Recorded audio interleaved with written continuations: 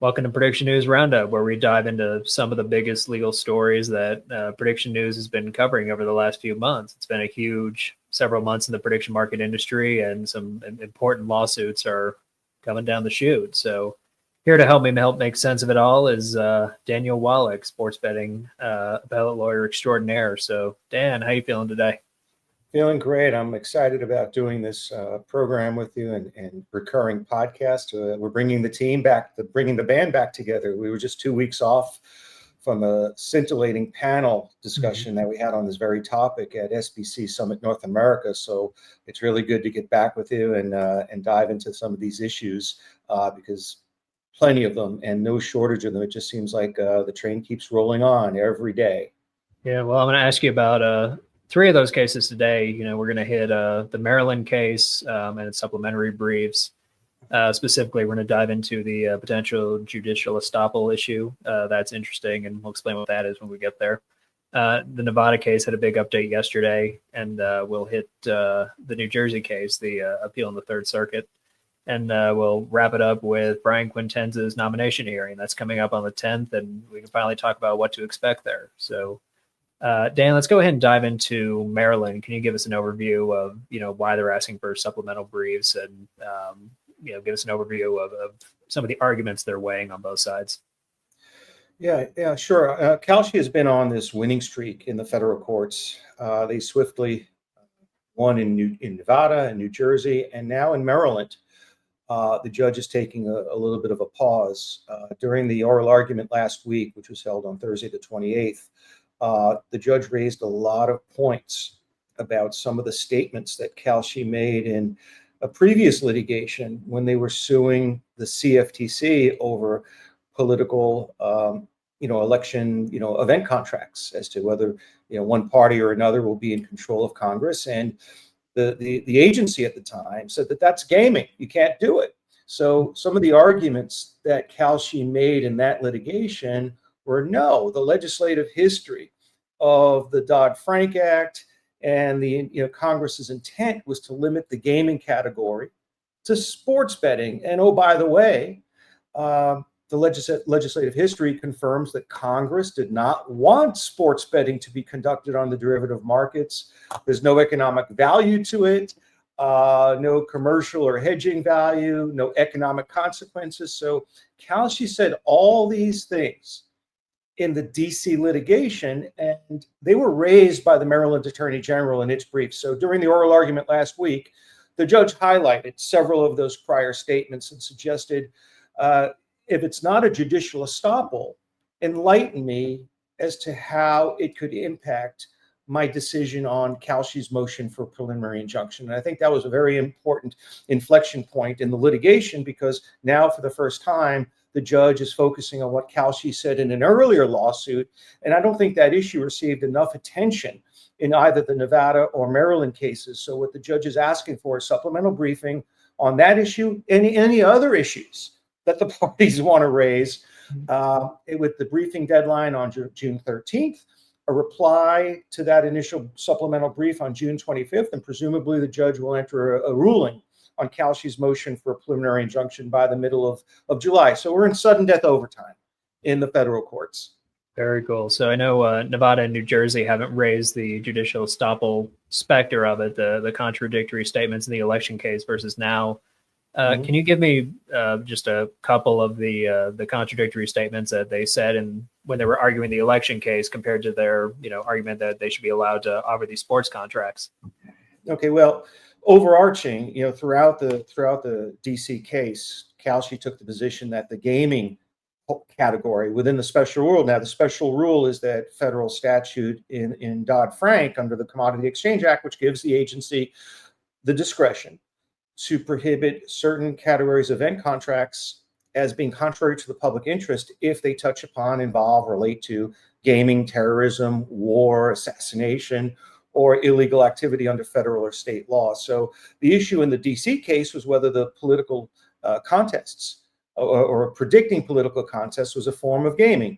The agency said yes. Kalshi urged a very narrow interpretation of the gaming category and said the gaming category, as legislative history demonstrates, only involves the outcome of sporting events such as the Kentucky Derby, the Super Bowl, the Masters Golf Tournament. So that was one contradictory statement. But another colloquy during the oral argument last week was when Kalshi's counsel said that sporting events have obvious, significant economic consequences to the teams, to the players, to advertisers, sponsors, and to the community at large. And then the judge pushed back on that and said, well, why did you say something different before the DC Circuit? Before the DC Circuit, you said that outcomes of sporting events are nothing but games and amusements, and they don't have any economic consequences. And further, and I don't think he raised this during the oral argument, but it's certainly in the prior case court filings, Kalshi made an affirmative representation that that's not the kind of contract that we believe should be offered on a derivatives market because it lacks commercial, economic, or hedging value. And I think that will surface during the supplemental briefing. So the judge is faced with a quandary of where is the tension between zealous advocacy on the one hand and just a complete change of position to suit the exigencies of the moment. Because when it suited Kalshi, it took the position that sports contracts weren't, swaps. And in this case, they're taking the opposite position, that sports betting is in fact a swap that's covered under the exclusive jurisdiction of the CFTC under the Commodity Exchange Act. So the judge will have to decide, A, whether these statements constitute a judicial estoppel. And what a judicial estoppel is it's an equitable doctrine that basically punishes a party or prevents a party from taking inconsistent positions in litigation when in the first litigation that prior position led to its victory. And in the DC case, the federal district court agreed with Kalshi's position that the gaming category in the special rule didn't encompass political contracts, and it was limited to games like sporting events. So Kalshi's argument to the district court in DC ended up being the successful argument and persuaded the district judge to side with Kalshi. So on the one hand, that successful advocacy leading to an outcome could be viewed as an estoppel that forecloses Kalshi from changing its position to say something different in the current litigation. And it's going to be up to Kalshi to thread that needle to show that they're not necessarily inconsistent. We made the statement, for X reason, it was outside the scope of the main issue in the case. We shouldn't be punished for it. And that's going to be for the judge to determine. But I would submit that even if it's not an estoppel, the judge could consider the impact or effect of those statements in determining some of the elements on a preliminary injunction such as a balancing of the equities, irreparable harm, public interest. So at worst, it's a judicial estoppel, which bars equitable relief, or perhaps at best, it's an inconsistent statement which undercuts Kalshi's present position and may be indicative of some type of bad faith or playing fast and loose with the courts. Listen, there are going to be two sides to this story. And the judge is cynical about the position that Kalshi struck in the oral argument and on its litigation papers in view of its prior argumentation to the DC Circuit. So this is going to be a little bit of an uphill, battle for Kalshi to figure out a way to thread the needle in order to avoid judicial estoppel and avoid having these statements used in order to deny its emergency request for preliminary injunctive relief. You have to satisfy 4 elements to get a preliminary injunction. It's not only about the substantive merits of the main cause of action. You have to show you're harmed, that you're going to be harmed worse than the state, and that it would be in the public interest to grant a preliminary injunction. And I believe the court is considering each of those other categories and how those statements that Kalshi made in the earlier lawsuit impact those other factors on a preliminary injunction analysis. And then does the state of Maryland have any, the judicial estoppel sounds like a serious weakness for Kalshi. What about the state of Maryland? Do they have any dead weight on their side? Sure. I don't believe that the judge was persuaded completely by by the state of Maryland's Rule 40.11A1 argument, which is an argument that I've highlighted on social media, in Forbes.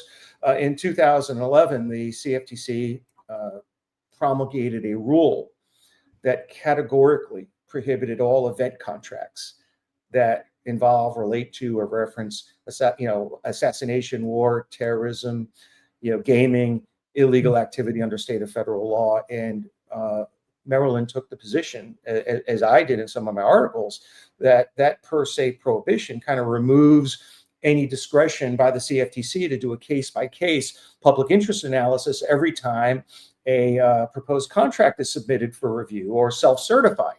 And I'm not sure that the judge really either understood the argument or completely appreciated the interplay between the special rule, which is the statute, which grants the CFTC discretion, and the regulation under which the CFTC supposedly exercises that discretion and imposes a categorical ban. The judge is not necessarily seeing the connection between those two provisions. And I think that might have been a byproduct of maybe the Maryland Attorney General didn't get that issue over the finish line, but he'll get one more opportunity because the supplemental brief, which is due next week, is going to open the door to raising issues, any issue that the party wants. And I think it's really important and imperative for the Maryland Attorney General to showcase why this rule is in fact a per se ban and removes CFTC discretion, and how, if at all, it impacts the preliminary injunction analysis.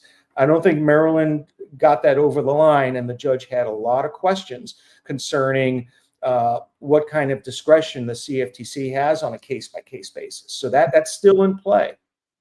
Yeah, Maryland's going to be an interesting case to watch play out. One more wild card that the judge raised. The judge questioned whether the exclusive jurisdiction provision in Section 2 of the Commodity Exchange Act is meant to divest state agencies of jurisdiction.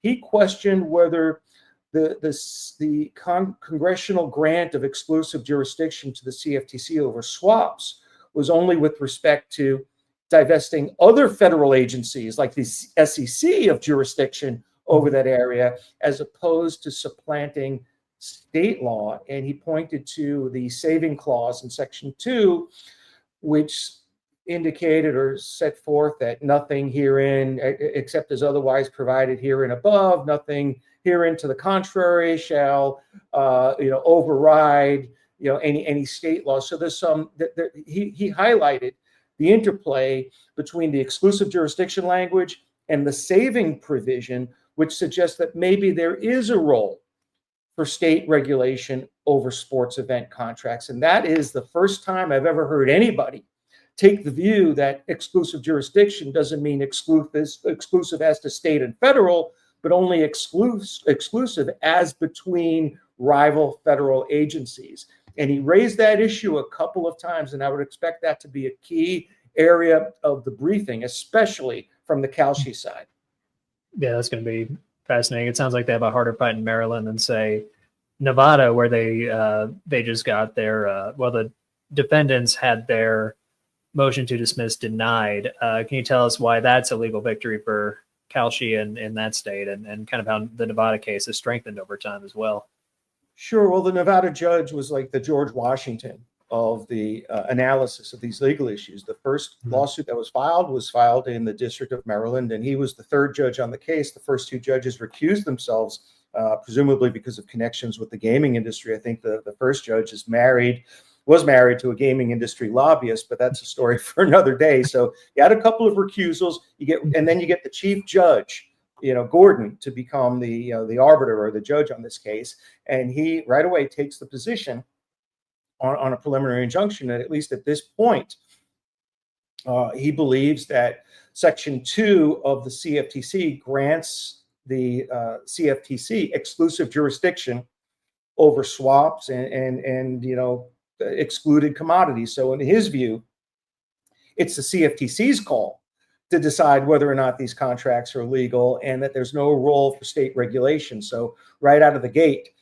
he sided and completely was aligned with Kalshi's argument. And I believe as this issue has evolved, or the analysis of this issue has evolved in New Jersey and now in Maryland, that may not be the end of the issue, but it was his decision that really created the forward momentum for Kalshi, because not only the decision by Judge Gordon wasn't even appealed, and the irony of a motion for a preliminary injunction is you have the option, if it's denied or if it's granted, to take an immediate appeal to the Federal Circuit Courts of Appeal. In New Jersey, the state attorney general appealed the grant of the PI. In Nevada, the state attorney general's office made the decision to just play it out and take it all the way to a final decision on the merits, which I believe was a mistake. But at least there's one appellate proceeding pending. So what happened in Nevada is the judge, in granting the motion to dismiss, essentially is signaling to the parties that his original decision granting the motion for preliminary injunction was the correct decision. And it's one that he believes still is the right way to decide the case, because when you grant a motion for preliminary injunction, you're signaling to the parties that the person who gets the PI is substantially likely going to succeed on the merits following, the trial or the final conclusion of the case. So by granting the PI and then by not dismissing the case on a motion to dismiss, the judge is continuing to signal that he believes that Kalshi's argument that federal law trumps state law on this is the correct ruling. So I don't believe that this decision or this case is going to end differently based on its current trajectory. Although one recent development is that the Nevada Resorts Association, which represents the licensed casino industry in Nevada, they saw that the state attorney general's office needed a little bit of help, because they were only arguing state law, and this is more of a federal constitutional or federal jurisdictional issue. So the Nevada Resort Association retained counsel, big-time law firm, former Nevada Gaming Control Board executive director A.G. Burnett is representing the NRA, and they've intervened in the case. The judge allowed them to intervene on the basis that the casinos would face competitive harm. So as this case moves forward with the involvement of the NRA, Nevada Resort Association, we might have a recalibration of some of these issues. But so far, it's been all in Kalshi's favor. Mm-hmm. And New Jersey has been another jurisdiction where Kalshi's had some early success, and that is that's the first appellate court, right, where we're hearing a Kalshi case. Am I correct? Absolutely. It's the first case that's going to be decided by a federal court of appeals. It may not be the last time. It could go up to the Supreme Court. But one of the benefits that Kalshi enjoyed from that early victory in Nevada is that the Nevada decision heavily influenced the New Jersey federal district judge's ruling in the case. Oh, yeah, I remember they were similar. They have all this forward momentum, which is why the Maryland case is so pivotal, and why the outcome being in question could be an inflection point in where these cases go. Because if Kalshi wins a third case, that could disincentivize states, all around the country from taking aggressive action against Kalshi. I think there are like about 8 or 7 cease and desist letters. States like Montana, Arizona, if they're seeing Kalshi rack up all these victories, and so far Kalshi is 2-0, they may be less inclined to either issue a cease and desist letter, or alternatively, they may allow Kalshi additional time to see how these cases play out. Conversely, if the Maryland Attorney General prevails in the case before Judge Abelson, and he decides to deny the motion for preliminary injunction, that could in turn incentivize states to throw down the gauntlet and to decide to step up the pressure. And that could in turn lead to additional lawsuits being filed against Kalshi. So, third time is a charm, which is why the Third Circuit appeal is important, and why the Maryland decision is so important, because 2 more victories for Kalshi, I think you can pretty much close the book on further state challenges. And the Third Circuit appeal, which was only filed about 2 weeks ago, has been expedited at the request of the New Jersey Attorney General's office. The first brief is due next week, I believe, on Tuesday, June 10th. The And critically, once the initial brief is filed by New Jersey, there is a 7-day window for outside parties to file amicus curiae briefs. And that is a very important window of opportunity for groups like the Native American tribes that just had their conference call with CFTC acting chairperson Caroline Pham, in which they came away disappointed by what they perceived to be the CFTC's inaction on sports prediction markets. So if the goal of the Native American tribes is to change policy or to stop, Kalshi from succeeding, I think the first opportunity in which they could take advantage of that might be the amicus curiae opportunity in the Third Circuit, the deadline of which is June 17th, and maybe even possibly in the Maryland federal court action, because now that the judge has thrown the briefing open for supplemental filings on any matter that the parties deem relevant, there could be a window in which outside interests, such as the Native American tribes or casino interests, file motions seeking leave to intervene to make arguments that could bolster some of the positions taken by the Maryland Attorney General's office and the New Jersey Attorney General's office. So my prediction is that you will see amicus briefs filed by Native American tribes and potentially others around the middle of June. Any predictions about whether we'll see challenges against the CFTC itself? If the position, it's a great question you raise. And by the way, the Third Circuit case, because it's on an expedited appeal, all the briefing is going to be finished by July 31st, and we could see a decision around Labor Day, shortly after Labor Day. So it's going to be a really quick turnaround, certainly before the end of the year. We're going to have a Third Circuit decision as to whether the preliminary injunction was properly granted or improperly granted, turning to potential relief directly against the CFTC. I mean, there are provisions in the Commodity Exchange Act that grant states certain rights to pursue action, not against direct designated contract markets, but potentially against other entities, and maybe even against the CFTC itself. I mean, there's certainly a question of whether the CFTC is refusing to enforce its own regulation, 40.11A1, if it's not discretionary, if it's just a categorical prohibition against gaming event contracts. There's no work for the CFTC to do. It's not as if they need to do a case-by-case public interest analysis.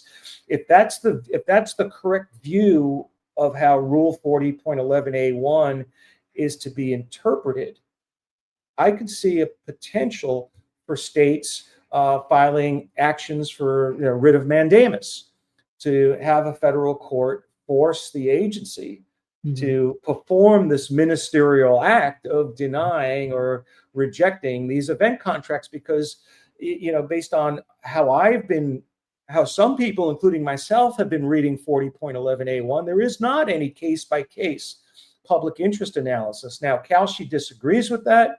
Alexander Kane from Sport Trade disagrees with that.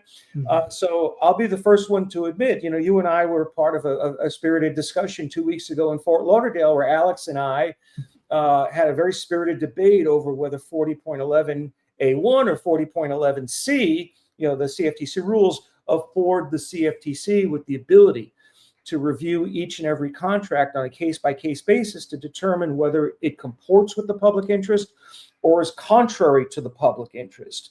If a court believes that Rule 40.11A1 sets forth a categorical ban and that the public interest analysis was undertaken by the agency 14 years ago when it passed the rule imposing a blanket prohibition of all these kinds of contracts because they are contrary to the public interest. I mean, let's face it, an event contract on whether a president is going to be assassinated, you don't need to do a case-by-case inquiry on that. So it's an open question. I'm not saying one way or the other that, it's 100%, but it is potentially ripe for a petition for a writ of mandamus, where that might be a remedy available to state governments or potentially to Native American tribes to force the agency to perform the ministerial act of rejecting or demanding that these contracts be delisted if they have no discretion under 40.11A1. And that could be a question for a court down the line. And I can't ascertain at this point whether states or tribes are sufficiently aggrieved for purposes of seeking mandamus relief, but that is something that certainly could be looked at. Mm-hmm. How aggrieved would they have to be, or what are some of the conditions that they would have to meet to be able to make that filing? The answer to the question is I don't know. Okay. But I think the two themes, at least from the state's perspective, mm-hmm. are some of the statements Kalshi made in the DC case, as well as the CFTC's inaction when it comes to 40.11A1, and does that inaction tie into several of the elements on a motion for preliminary injunction? And I've written that one of the key elements on a motion for preliminary injunction is whether the granting of an injunction serves the public interest. And there's some case law which speaks to the point that when a federal governmental agency does not follow the law, that disserves the public interest and could be grounds for denying a motion for preliminary injunction. And there's case law in the Fourth Circuit U.S. Court of Appeals.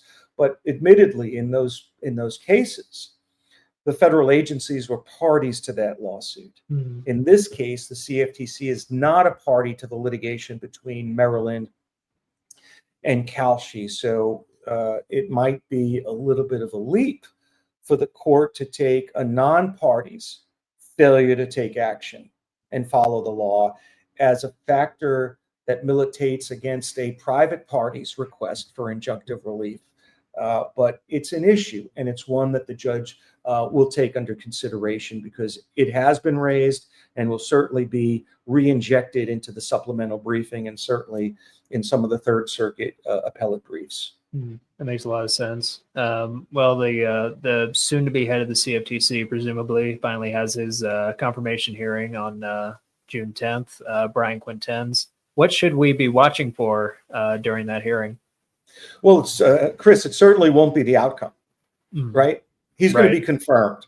Mm-hmm. He's Trump's appointee, Kalshi's former board member. He has the ethics agreement by which he's going to divest all of his shareholdings in Kalshi and resign from the board. So he's going to create a separation, at least a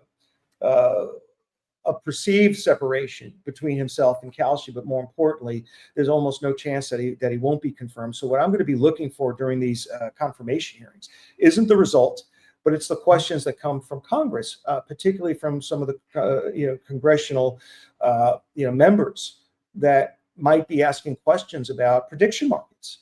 And because there's a disconnect between what Kalshi is arguing that the Commodity Exchange Act gives them the right to do.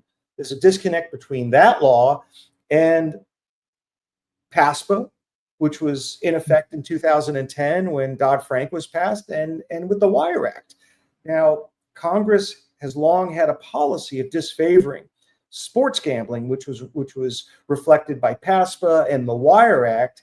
And there's going to have to be somebody is certainly going to ask the question of, did we really intend, what is your view on sports prediction markets and prediction markets generally?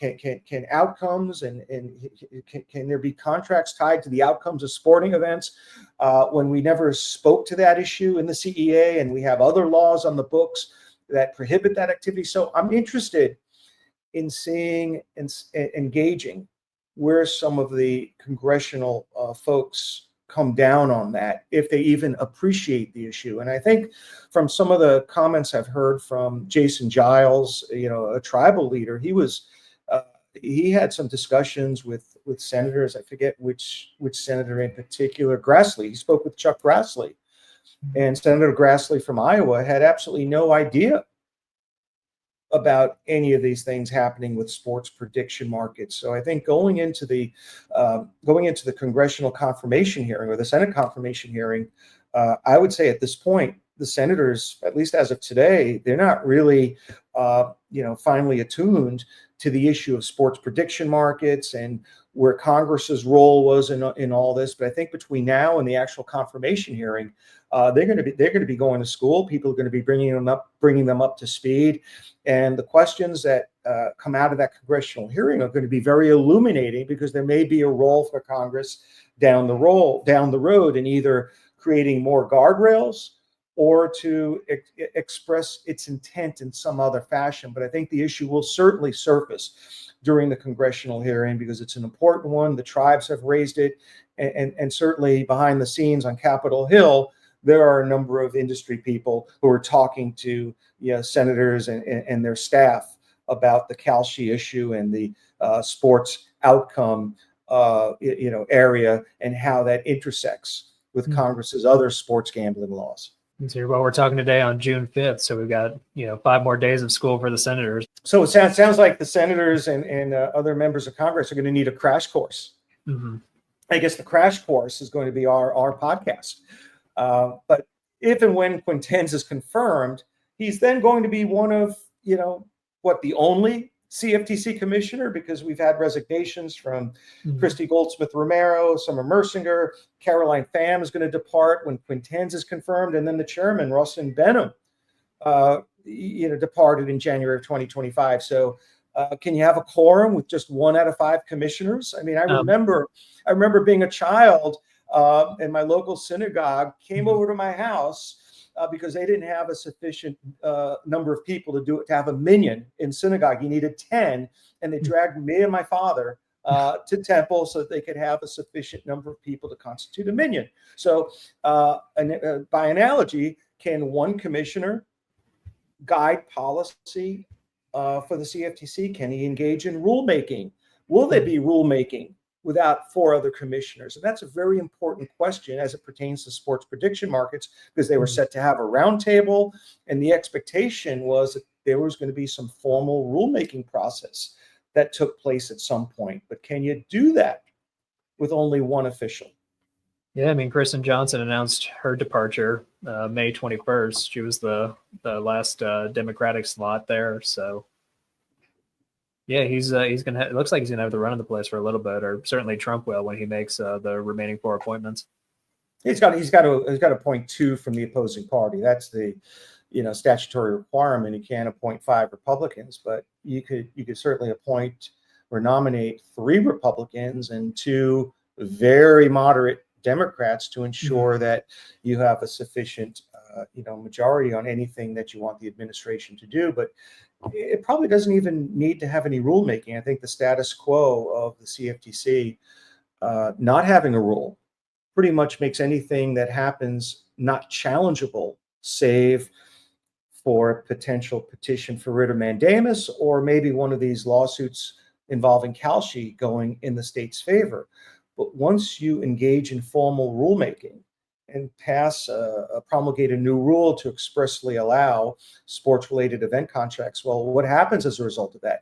Formal rules, once they're published, can be challenged in federal court under the Administrative Procedure Act, and then the battleground will no longer be over whether there's federal preemption. The battleground will then become a much lower bar for state governments and Native American tribes, who will then take the position that Congress, that the rulemaking by the federal agency oversteps the CFTC's authority and attempts to rewrite the Congressional or the Commodity Exchange Act in a manner that was not intended by Congress. So the danger for the CFTC in going forward with rulemaking is that it will spawn legal challenges that will be difficult to dismiss, whereas the status quo pretty much allows Kalshi to proceed unimpeded.